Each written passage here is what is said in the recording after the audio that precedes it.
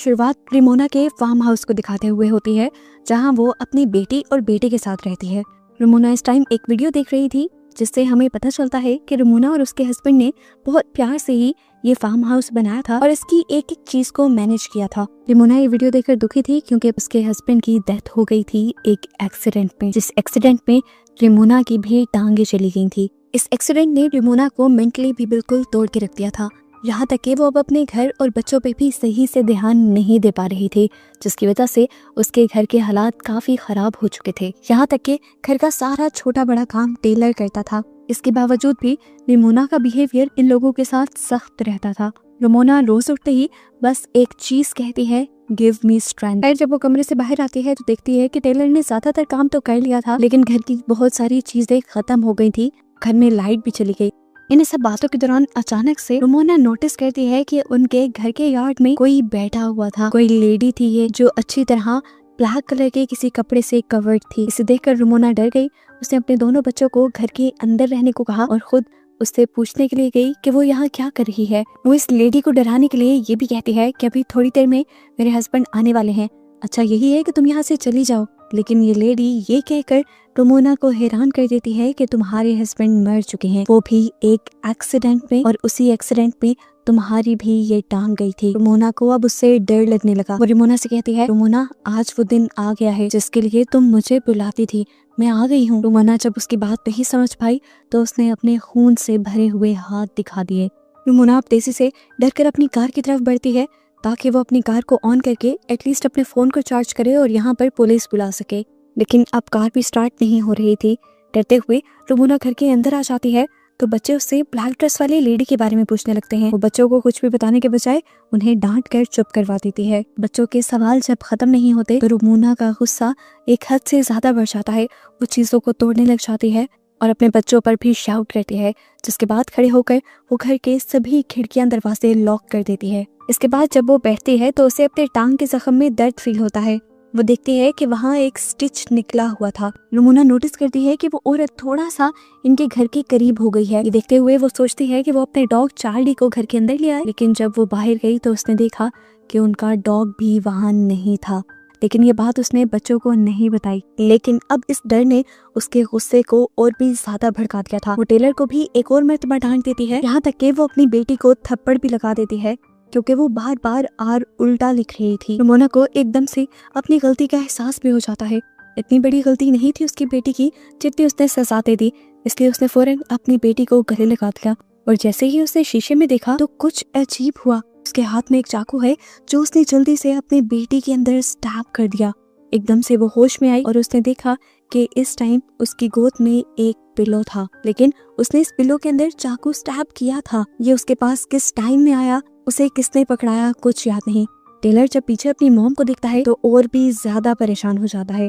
वो जान गया था कि अब उसकी मॉम तो मेंटली स्टेबल नहीं है, तो इस मुश्किल से उसे निकलने के लिए खुद ही कोई रास्ता तलाश करना पड़ेगा। रिमोना अपनी बेटी को लेकर रूम में चली जाती है और वो चुपके से घर से बाहर निकल जाता है। वो गाड़ी के जरिए अपने साथ वाले फार्म हाउस में जाकर वहाँ से मदद लाना चाहता था, लेकिन कार तो पहले भी नहीं चली थी। कुछ देर में रिमोना भी उसे ढूंढते हुए यहाँ पर आ जाती है और उस पर बहुत ज्यादा गुस्सा होती है। तेजी से वो उसे घर के अंदर भी ले आई थी, लेकिन अब टेलर को भी गुस्सा आ गया था क्योंकि वो जान गया था कि उनका डॉग चार्ली बाहर नहीं है और रिमोना कुछ उनसे छुपा रही है। टेलर अब अपनी मॉम से कहता है, आपसे कुछ नहीं होगा, मैं ही इसे हैंडल करूंगा। ये कहकर वो गुस्से में एक रूम में चला गया जहाँ पर उसके डैड की चीजें थी और यहाँ पर उसने एक गन उठा ली। रिमोना उससे आकर लड़ने लगी, ये क्या कर रही हो तुम, उसे वापस रखो। और इनकी बहस के दौरान हमने बाहर ब्लैक लेडी को देखा, वो इनके घर के और करीब आ गई थी। अब टेलर गुस्से में गन लेकर बाहर जाता है और इस ब्लैक लेडी के ऊपर गन तान देता है और उससे कहता है, जल्दी से निकल जाओ मेरी प्रॉपर्टी पे से। औरत टेलर से डरती नहीं बल्कि अपना वेल उठाकर कहती है कि तुम्हारी मॉम ने आज तक तुमसे झूठ बोला है। उसने यहाँ पे एक बहुत ही हैरान कर देने वाली हकीकत टेलर को बताई और उससे कहा कि ये बात जाकर अपनी मॉम से पूछो। टेलर गुस्से में भड़का हुआ अंदर आया और उसने रिमोना से पूछा, मेरी डैड की मौत कैसे हुई थी। रिमोना उसके इस अंदाज से डर गई और उसे कहानी सुनाना शुरू की। उस रात ही जब वो और डेविड दोनों एक फैंसी रेस्टोरेंट में गए थे, लेकिन यहाँ पर रिमोना खुश नहीं थी।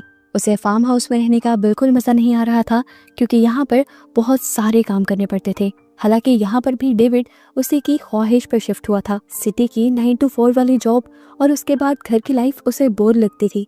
अब जब सब यहाँ पे आ गए थे, सब यहाँ सेटल हो गए थे, खुश थे, तो एक रुमोना ही नाखुश थी। अब वो यहाँ से भी कहीं और शिफ्ट करना चाहती थी, लेकिन डेविड साफ मना कर देता है क्योंकि इतनी जल्दी शिफ्टिंग और सबका सेटल होना पॉसिबल ही नहीं। इनकी अच्छी खासी बहस होती है और ये लोग इसके बाद होटल से निकल जाते हैं।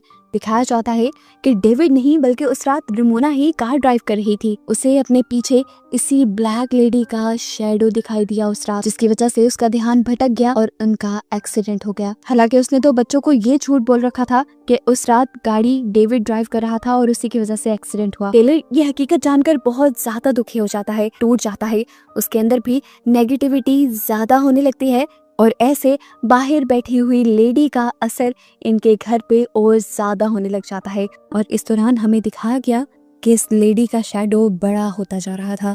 इस औरत के शैडो से बचने के लिए ये सब लोग एटिक में चले जाते हैं, लेकिन एटिक में भी वो ब्लैक लेडी अपने शैडो के जरिए रुमोना की छोटी बेटी को अपनी तरफ खींच लेती है। ये लोग उसे पकड़ते भी हैं, लेकिन वो लड़की तेजी से खींची जा रही थी। तब टेलर जल्दी से जाकर उस विंडो को ही ढक देता है, जिसके जरिए वो ब्लैक लेडी रुमोना की बेटी को कंट्रोल कर रही थी। और विंडो को कवर करने के बाद उसकी बहन छूट जाती है, लेकिन इसके बाद भी वो एंटिटी खामोश नहीं बैठी थी। वो इनके घर की लाइट्स फ्लिकर करके इनके घर की चीजों को गिराकर इन्हें डराती है और फिर रुमोना पर हावी हो जाती है, उसे पोसेस कर लेती है। हावी होते हुए ऐसा सीन दिखाया जाता है जैसे रुमोना और ये एंटिटी एक साथ मिल गए हैं। वो एंटिटी अब रुमोना की बेटी को गले लगाती है और वो भी गायब हो जाती है। टेलर अपनी आंखों से देखता रहा और कंफ्यूज हो गया। वो अकेला ही यहाँ खड़ा रह गया था।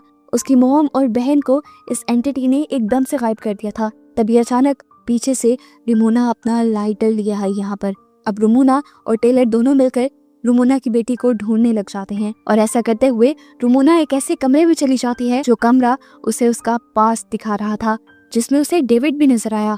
डेविड काफी खुश नजर आ रहा था और वो रुमोना से कहता है, देखो तुम्हारे पसंद के फूल भी यार्ड में खिल गए। रुमोना अब उसके करीब चली जाती है। एकदम से सीन बदलता है और हम देखते हैं कि डेविड ने उसे मारना शुरू कर दिया। वो उसका गला दबा रहा था और अगले ही पल रुमोना ने अपने आप को ब्लैक ड्रेस में यार्ड में बैठा हुआ देखा, बिल्कुल उस एंटिटी की तरह जो अभी इनके घर के बाहर थी। इस टाइम उसके सामने रुमोना का दूसरा वर्जन आया। ये वो सीन बन गया जब रुमोना पहली मर्तबा इस ब्लैक ड्रेस वाली लेडी से बात करने के लिए आई थी। यहाँ इस सीन में ब्लैक ड्रेस में बैठी हुई रुमोना अपने मुंह से वो ब्लैक कपड़ा, ब्लैक वेल हटाने लगती है और उसके सामने वाली रुमोना अजीब से तरीके से कहती है, वो दिन आ गया जिसका तुम्हें इंतजार था। सीन अब यहाँ से कट होता है और रुमोना दोबारा अपने आप को एटिक में देखती है जहाँ उसके दोनों बच्चे मौजूद थे। ये लोग वापस नीचे उतरते हैं तो उसके सामने वो ब्लैक ड्रेस वाली लेडी आ जाती है, जिसे देखकर रुमोना डर जाती है और उसके ऊपर गन तान देते हैं। तो ये लेडी कहती है, मैं खुद से यहाँ नहीं आई, तुमने मुझे बुलाया है। हर सुबह तुम उठ के कहती थी, गिव मी द स्ट्रेंथ। तुम अपने आप को अपनी जिंदगी को खत्म करने के लिए ताकत मांगती थी और अब मैं तुम्हारे पास आ गई हूँ। यहाँ पर रुमोना अब इस लेडी के साथ अकेली रह जाती है। लेडी अब रुमोना को भड़काती है अपने आप को खत्म करने के लिए। वो उसकी गर्दन के ठीक नीचे बंदूक रख देती है और उसे चलाने को फोर्स करने लग जाती है। और अगले सीन में हम रुमोना को सही सलामत उसी रूम से बाहर निकलता हुआ देखते हैं। बच्चे पूछते हैं कि वो औरत कहाँ गई। रुमोना कहती है कि अब वो औरत यहाँ पर नहीं आएगी, मैंने उसे भगा दिया है और मैंने अपने अंदर इतनी हिम्मत पैदा कर भी ली है कि अगर वो अगली मर्तबा यहाँ आ भी गई तो मैं उससे लड़ पाऊंगी। ये लोग अब दोबारा घर के अंदर जाने के लिए पड़ जाते हैं और इसी टाइम पे इनके घर की लाइट भी आ जाती है और इनका गुमा हुआ डॉग भी वापस आ जाता है। घर के अंदर जाने पर हमें एक पेंटिंग दिखाई जाती है जो रुमोना ने खुद पेंट की थी और इसी के अंदर वो डार्क लेडी भी थी जिसे हम पूरी मूवी में देखते आए हैं। असल में वो डार्क लेडी रुमोना के डार्क थॉट्स थे, उसकी गलत सोचें थी। उसने अपने अंदर की नेगेटिविटी को इतना बढ़ा लिया था कि उसकी नेगेटिविटी ने एक फिजिकल शक्ल ले ली, एक एंटिटी के रूप में उसके और उसकी फैमिली के सामने आ गई। आखिर में जब रुमोना उस कमरे से बाहर निकली तो असल में वो अपनी गलत सोचों से, अपनी नेगेटिविटी से बाहर निकल आई थी, जिसकी वजह से वो एंटिटी भी खत्म हो गई और ये लोग भी सेटल हो गए। और बस इन्हीं को दिखाते हुए ये कहानी यहाँ खत्म हो जाती है।